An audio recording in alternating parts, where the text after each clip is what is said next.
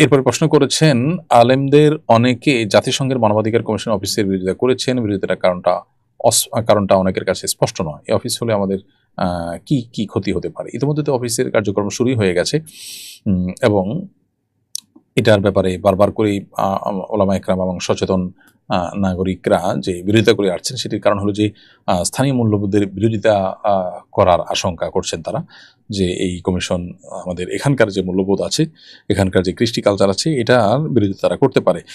তাদের মানবাধিকারের যে সংজ্ঞা, সেটা আসলে সার্বজনীন না এবং তাদের সে সংজ্ঞা নিয়ে আপত্তি আছে। তারা মানবাধিকারের সংজ্ঞার আওতায় এমন সব বিষয়গুলোকে নরমালাইজ করার জন্য তারা কাজ করে, যেটা আসলে এই দেশের প্রচলিত আইনেই অপরাধ। সেই বিষয়টি একটি কারণ এখানে। আর অন্যান্য যুদ্ধ বিধ্বস্ত কিংবা গৃহযুদ্ধরত দেশগুলোতে সাধারণত এই ধরনের কার্যক্রম পরিচালনা করে থাকে জাতিসংঘ। বাংলাদেশের মতো একটা শান্ত শিষ্ট দেশ, স্বাভাবিক একটা দেশের মধ্যে এই ধরনের কার্যক্রম চালু করাটা বাংলাদেশের জন্য অপমানকর, অবমাননাকর। তাছাড়া আমাদের পার্বত্য অঞ্চল নিয়ে দীর্ঘদিন থেকে ষড়যন্ত্র চলছে, আমরা কম বেশি সেটা জানি। তো মানবাধিকারের নাম দিয়ে সেখানে আমাদের স্বাধীনতা, সার্বভৌমত্ব হুমকির মুখে সেটাকে ফেলার আশঙ্কা রয়েছে।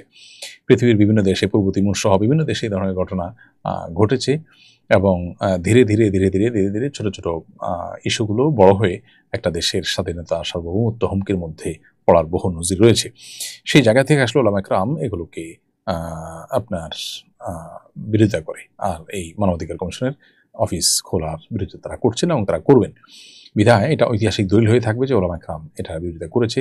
সময়ই হয়তো বলে দিবে যে ওলামা একরামের বিরোধিতাটা কতটা যৌক্তিক এবং যথার্থ ছিল।